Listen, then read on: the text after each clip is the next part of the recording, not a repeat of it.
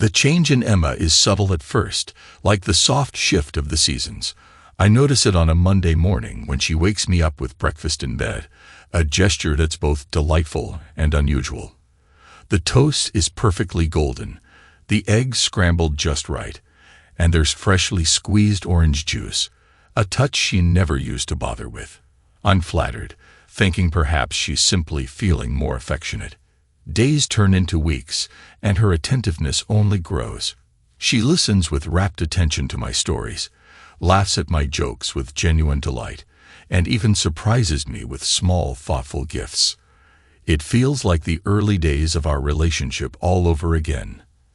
I should be happy, ecstatic even, but something nags at the back of my mind. A tiny voice whispering that this newfound devotion is out of character. It's when she starts staying late at work almost every day that the unease begins to gnaw at me. Emma has always been dedicated to her job, but never to the point of sacrificing her evenings. She assures me it's a busy season, that her company is in the middle of a crucial project. I want to believe her, but the suspicion festers, growing with each passing day.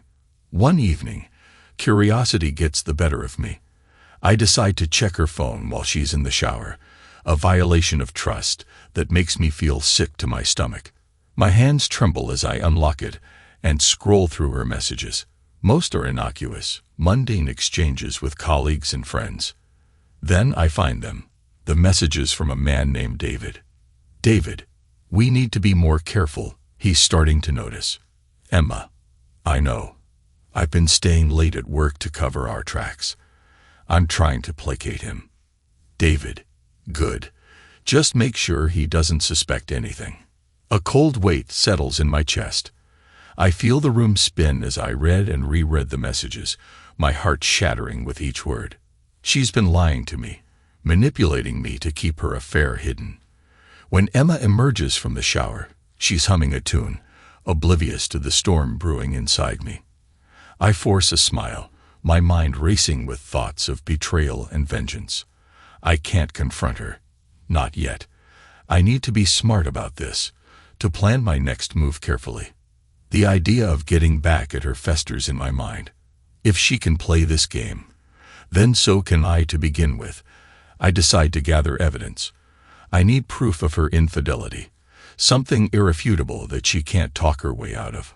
Over the next few days, I start documenting everything. I take screenshots of the messages, noting the dates and times. I begin following her discreetly when she claims to be working late, snapping photos of her with David whenever I can. It's painful, each click of the camera like a stab to my heart, but I need to know the full extent of her betrayal.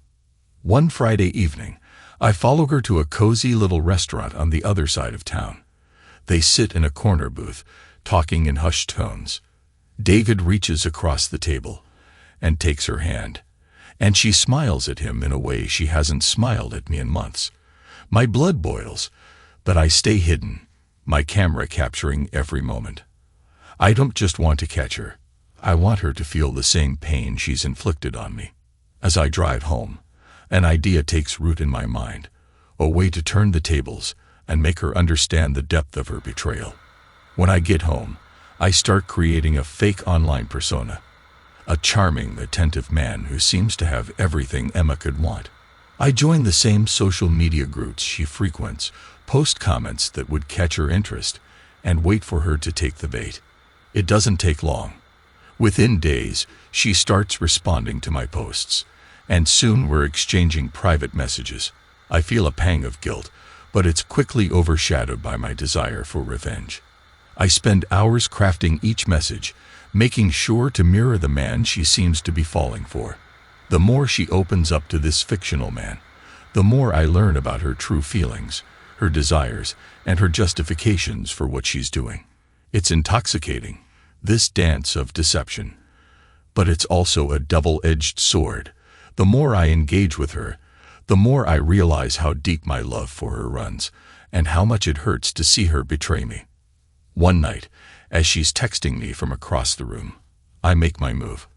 I arrange a meeting between Emma and my fake persona, choosing a place where I can confront her without causing a scene. When she leaves the house, I follow her, my heart pounding with anticipation and dread.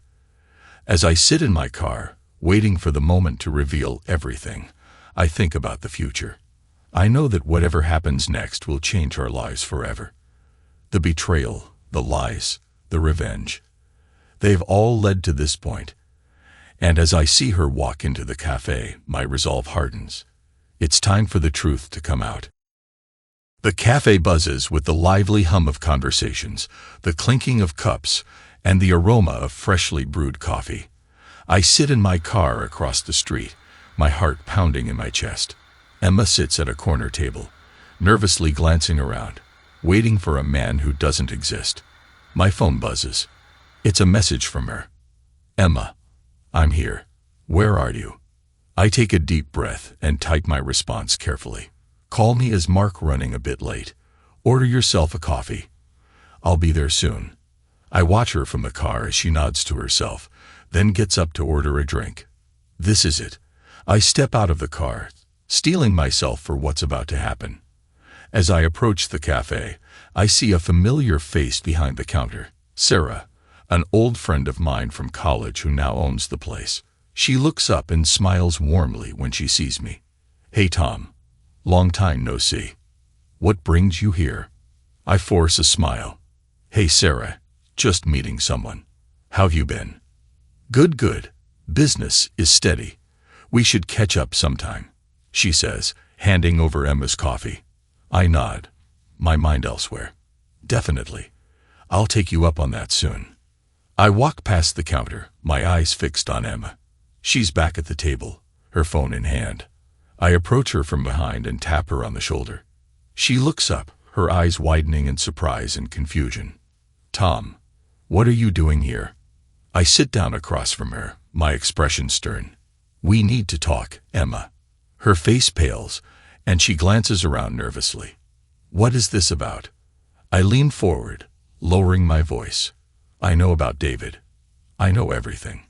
The color drains from her face completely, and she stares at me, speechless. I take out my phone and show her the screenshots of her messages with David, the photos I've taken. She gasps, her hand flying to her mouth. How? How did you? It doesn't matter how, I say coldly. What matters is why. Why, Emma? Why did you do this to us? Tears well up in her eyes, and she looks away, unable to meet my gaze. Tom, I didn't mean for this to happen. It just did. That's not good enough. I snap. You've been lying to me, manipulating me. All those nights you said you were working late, you were with him. How long has this been going on? She takes a shaky breath. A few months. But it's not what you think. David and I. It's complicated. Complicated. I scoff. You're having an affair, Emma. That's not complicated. That's betrayal. She reaches out to touch my hand, but I pull away. Tom, please, let me explain. Before she can continue, the door to the cafe swings open and David walks in. He spots us immediately, his face contorting with shock and panic. He strides over, his expression hardening. What's going on here? David demands. This is between Emma and me, I say, standing up to face him. You have no business being here. Emma stands as well, placing herself between us. David, please, just go. No, David says firmly. If he knows, then he deserves to hear the truth. I glare at him, my fists clenching. The truth? You mean the lies you've been feeding my wife? David squares his shoulders. Emma and I are in love, Tom. We didn't mean for it to happen, but it did. You deserve better than a lie. Love. I laugh bitterly. Is that what you call sneaking around behind my back? The cafe falls silent as other patrons begin to notice the confrontation. Sarah looks over from the counter, concern etched on her face. I ignore the curious stares and focus on the two people who have torn my life apart. You think you can just come in here and confess your so-called love, and everything will be fine. I say, my voice shaking with anger.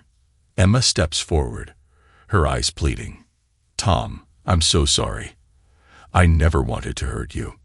You should have thought of that before you started this affair, I retort. But it's too late now.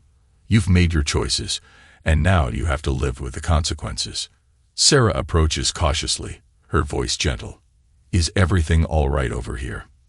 I take a deep breath, trying to calm the storm raging inside me. No, Sarah, everything is far from all right. Emma's tears flow freely now, and David looks at me with a mixture of guilt and defiance. I turn to Sarah, my voice strained. I'm sorry about this, Sarah. We'll leave. She nods, understanding. Take care, Tom. Call me if you need anything. I walk out of the cafe, not looking back. Emma and David follow, but I keep my distance. The betrayal cuts deep, and the pain is almost unbearable. As I reach my car, I turn to face them one last time. This is over, I say, my voice hollow. You've made your bed. Now lie in it. Without waiting for a response, I get into my car and drive away. The road blurs before me as I try to process everything that's happened. My mind races with thoughts of revenge, justice, and the shattered pieces of my heart. But I know this is just the beginning. The confrontation is over, but the fallout is yet to come. I need to figure out my next steps, to rebuild my life from the wreckage they've left behind. And I will. One step at a time. I will rise from this betrayal, stronger and more determined than ever. But for now, I need to let the pain wash over me, to feel every bit of the heartbreak. As I drive aimlessly through the city, my phone buzzes with a new message. It's from Sarah. Sarah, if you need a friend, I'm here. Don't go through this alone. I grip the steering wheel tightly, the warmth of her words a small comfort in the cold reality of my situation. Maybe I don't have to go through this alone. Maybe, just maybe, there's a way to find solace amidst the chaos. But for now, all I can do is drive and let the road take me wherever it will, knowing that my life has changed forever. The city lights blur past as I drive aimlessly, my mind a storm of thoughts and emotions.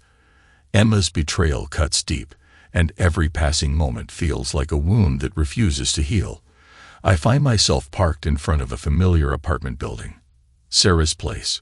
Her message from earlier echoes in my mind, a lifeline in the sea of chaos. Taking a deep breath, I decide to reach out. I text her, my fingers trembling. Me. Sarah, are you free to talk? The response is immediate. Sarah, of course. Come up. I walk up to her apartment, each step feeling heavier than the last. When I reach her door, it swings open before I can knock. Sarah stands there, her expression a mix of concern and empathy. Hey, Tom, she says softly, stepping aside to let me in. Come on in. Her apartment is warm and inviting, a stark contrast to the turmoil inside me. I sit on the couch, and she joins me, her eyes searching mine. What happened back there? She asks gently. I take a deep breath and start from the beginning, recounting everything. The messages, the affair, the confrontation at the cafe. Sarah listens intently, not interrupting, just letting me pour out the pain and anger. When I finish, she leans back, a thoughtful look on her face. That's a lot to process, Tom. I'm so sorry you're going through this. Thanks, Sarah. I say, my voice barely a whisper. I don't know what to do next. I feel lost. She reaches out and takes my hand, a comforting gesture that sends a wave of warmth through me. You're not alone, Tom. You have friends who care about you. We'll figure this out together. For the first time since discovering the affair, I feel a glimmer of hope. Sarah's support is a beacon in the darkness, and I cling to it desperately. Do you want to stay here tonight? She offers. I have a spare room. You shouldn't be alone right now. I nod, grateful for her kindness. Thank you, Sarah. I think I'll take you up on that. The next morning, I wake up feeling slightly more grounded. Sarah makes breakfast, and we eat in companionable silence. Afterward, we sit down to discuss the next steps. You need to talk to a lawyer, Sarah says, her tone practical. Find out your options, and maybe see a therapist. This is a lot to handle on your own. I nod, knowing she's right. I'll start with the lawyer. Do you know anyone? Sarah smiles. Actually, I do. A good friend of mine, Michael. He's excellent. I'll give him a call and set up an appointment for you. Within an hour, I have an appointment with Michael for the next day. I spend the rest of the day at Sarah's, trying to keep my mind occupied. We watch movies, talk about old times, and for a little while, I almost forget about the pain. The following day, I meet Michael at his office. He's a sharp-looking man in his early 40s, with a calm demeanor that immediately puts me at ease. Tom, Sarah's told me a bit about your situation, he says, gesturing for me to sit. Why don't you tell me everything, and we'll go from there. I recount the events once more, and Michael listens attentively, taking notes. This is a tough situation, he says finally, but you have options. The first step is to document everything. You've already started, which is good. Keep any evidence you have of the affair. It'll help if this goes to court. What about the house? Our finances? I ask, the reality of the situation sinking in. Michael nods. We'll get to that. Right now, focus on gathering evidence and taking care of yourself. I'll handle the legal side. As I leave Michael's office, I feel a small weight lift off my shoulders. Having a plan, a direction, makes the chaos seem more manageable. Over the next few days, I throw myself into documenting everything. I gather messages, photos, any proof of Emma's infidelity. Sarah continues to be my rock, offering support and a place to stay. Each day gets a little easier, the pain a bit more bearable. One evening, while Sarah and I are having dinner, my phone buzzes with a message. It's Emma. Emma, we need to talk. Please, Tom. I show the message to Sarah, who looks at me thoughtfully. What do you want to do? I don't know, I admit.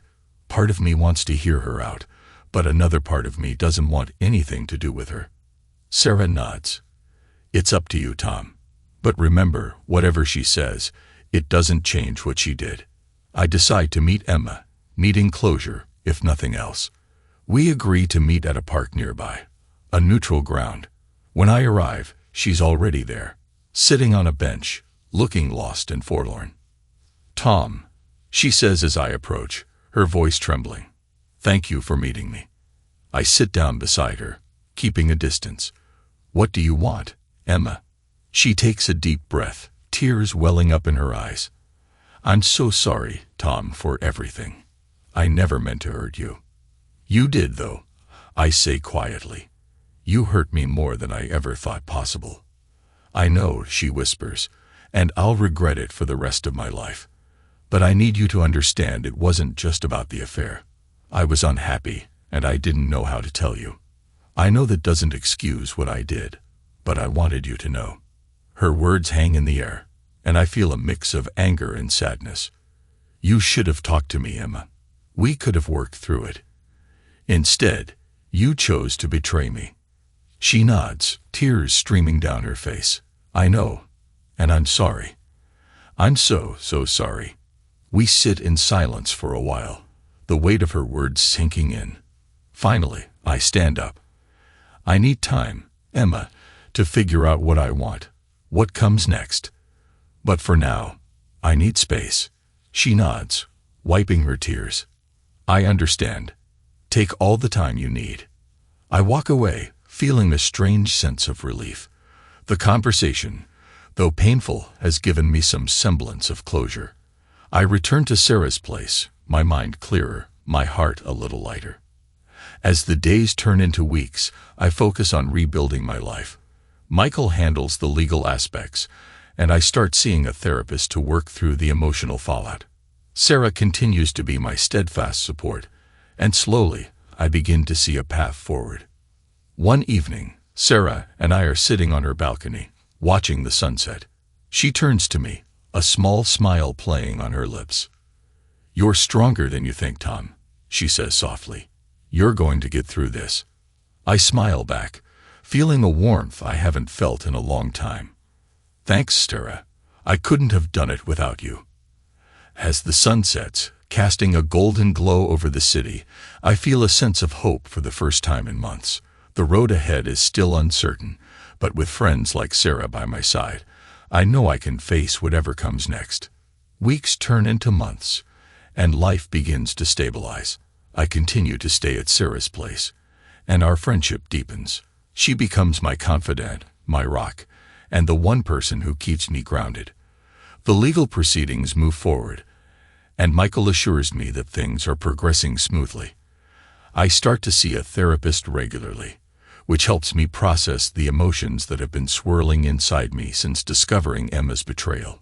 One day, as I'm sorting through some old files, I find a letter tucked away in a drawer. It's from Emma, dated just before the affair began. My hands tremble as I open it, wondering what more there could be to discover. Dear Tom, if you're reading this, it means I couldn't find the courage to tell you in person. There's something you need to know, something I've been hiding from you. It's about our finances. I made a bad investment and lost a significant amount of our savings. I've been trying to fix it on my own, but it's spiraling out of control. I'm so sorry, Tom. I didn't know how to tell you, and I didn't want you to think less of me. Love, Emma. The revelation hits me like a punch to the gut. Emma's secret isn't just about the affair. It's about our financial ruin. The weight of her actions crushes me, but it also gives me a strange sense of clarity. I need to confront her about this, to understand the full extent of what's happened. I call her, and we agree to meet at a nearby park. When I arrive, she's already there, sitting on a bench, looking more tired and worn than I've ever seen her. Tom, she says as I approach, her voice shaky. Thank you for meeting me. I sit down beside her, the letter clutched in my hand. I found your letter, Emma, about the investment. Her eyes widen, and she nods slowly. I was going to tell you, but then everything got so complicated with David and... Why didn't you tell me? I interrupt, the hurt and anger clear in my voice. We could have worked through it together. I was scared, she admits, tears filling her eyes. I was so scared of losing you, of you thinking I was a failure. And then David came along, and it was like an escape, a way to forget about the mess I'd made.